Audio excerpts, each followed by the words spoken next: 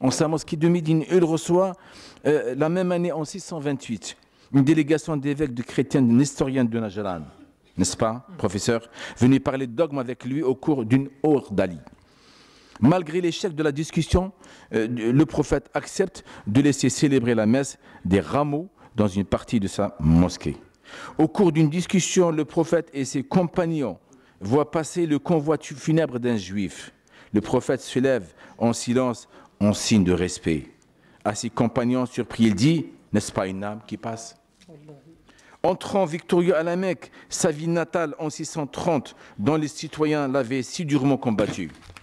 Chassé, insulté, blessé, le prophète fait acte de mansuétude et de paix en accordant pardon et sécurité à tout, en accordant cette attitude tolérante de l'islam se base sur 4 principes humanistes et dictés dans le Coran lui-même. D'abord, le respect absolu de la vie. Le Coran dit من قتل نفسا بغير نفس أو فساد في الأرض فكأنما قتل الناس جميعا ومن أحياها فكأنما أحيا الناس جميعا. Je traduis ou le traducteur traduit pour moi? Oui. Il traduit pour moi le traducteur? Alhamdulillah.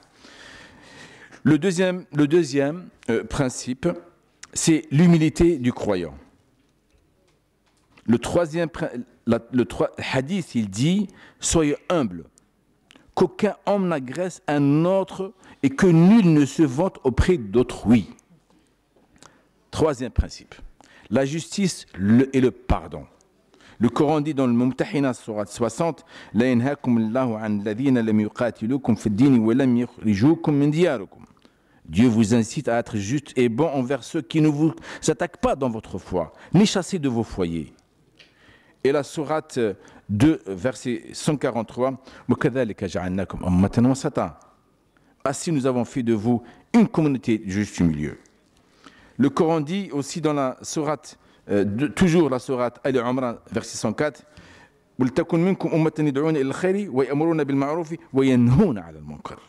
que soit formée de vous une communauté qui appelle au bien, ordonne ce qui convient et reprouve ce qui est blâmable. Dernière chose, c'est la science et la connaissance. Il dit parmi ses serviteurs, seuls les savants craignent Dieu. J'aurais voulu vous parler un peu, si encore le temps, 10 minutes, je pense, si j'ai bien calculé. C'est 7 minutes. 7 minutes, alhamdulillah. Bon. En l'an 638, Omar entra à Jérusalem très simplement et très modestement. Omar, deuxième calife de l'islam. Il refuse l'invitation du patriarche Sophron, a prié dans le Saint-Sépulcre, préférant prier à l'écart sur l'esplanade où sera édifiée la mosquée qui portera son nom. Vous savez pourquoi, mes chers amis chrétiens? Pour que ce ne sera pas une habitude que les musulmans disent ça c'est à nous, on est là, on va prier ici parce qu'Omar l'a prié. Lui, il a fait visiter des tracasseries.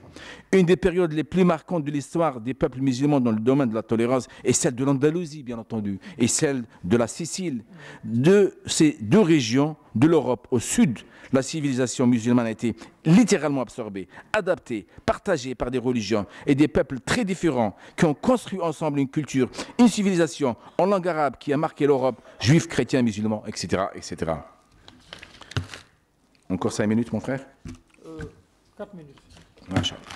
Bon, je vais tourner les pages et je vais arriver à la fin parce que le frère me dit il faut proposer quelque chose. Oui, absolument. Moi, j'aurais voulu que le docteur Turki soit parmi nous parce que je voudrais vous faire une déclaration. Oui.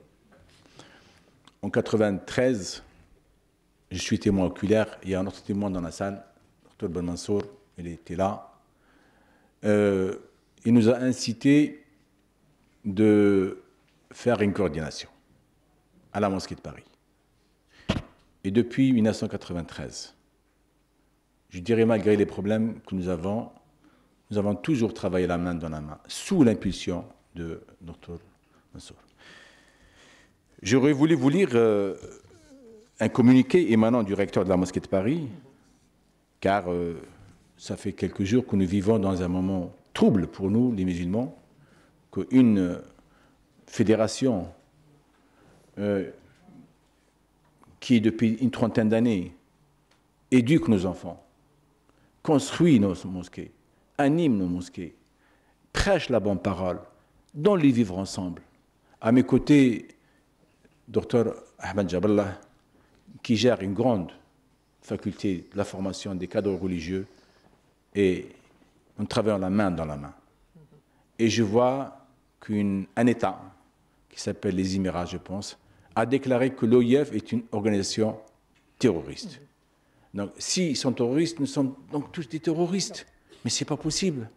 Je voudrais vous lire ce communiqué qui dit, signé par le recteur de la mosquée de Paris, président du CFCM, il dit « L'Union des organisations islamiques de France a été inscrite sur une liste d'organisations terroristes établies par les autorités politiques des Émirats arabes unis.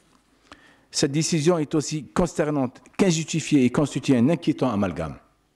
Si la lutte contre le terrorisme et ses réseaux est une absolue nécessité que nous soutenons, elle ne doit pas se transformer en chasse aux sorcières.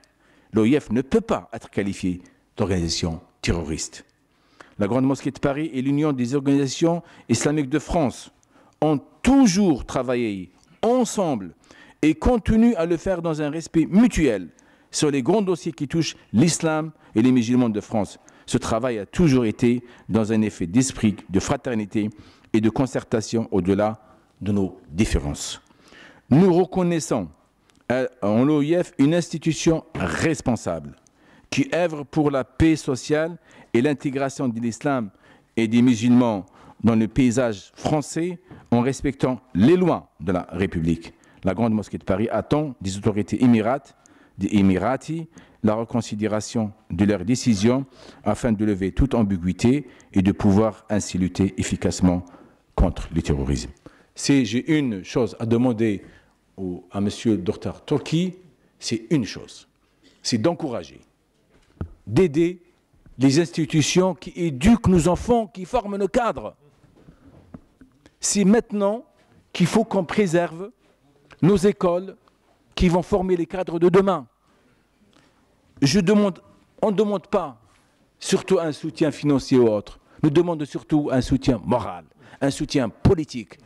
Quand nous travaillons la main dans la main, nous avons fait des écoles, nous avons créé des institutions, et qu'au jour au lendemain, un pays qui ne connaît pas, et ça me revient, le verset coran qui dit وإن كنتم على سفر تكاتم فريهن فإن آمن بعضكم بعضا فليؤدي من أمانته وليتق الله ربه ولا تكتموا الشهادة فمن يكتمها فإنه آثم قلبه والله بما تعلمون عليم. Nous ne pouvons pas cacher ce témoignage. Ça c'est فمن منكم رأى منكرا فليغيره.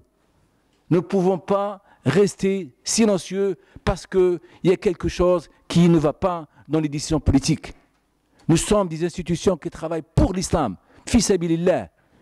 Nous avons mis des années et des années pour créer des écoles, pour former des programmes, chercher des professeurs. Je crois que 4 minutes sont parties. Wassalamu alaikum wa barakatuh.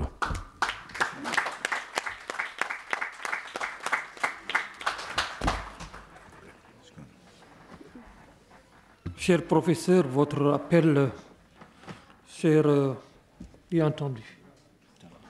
Et en tout cas, nous militerons à vos côtés. Soyez-en assurés.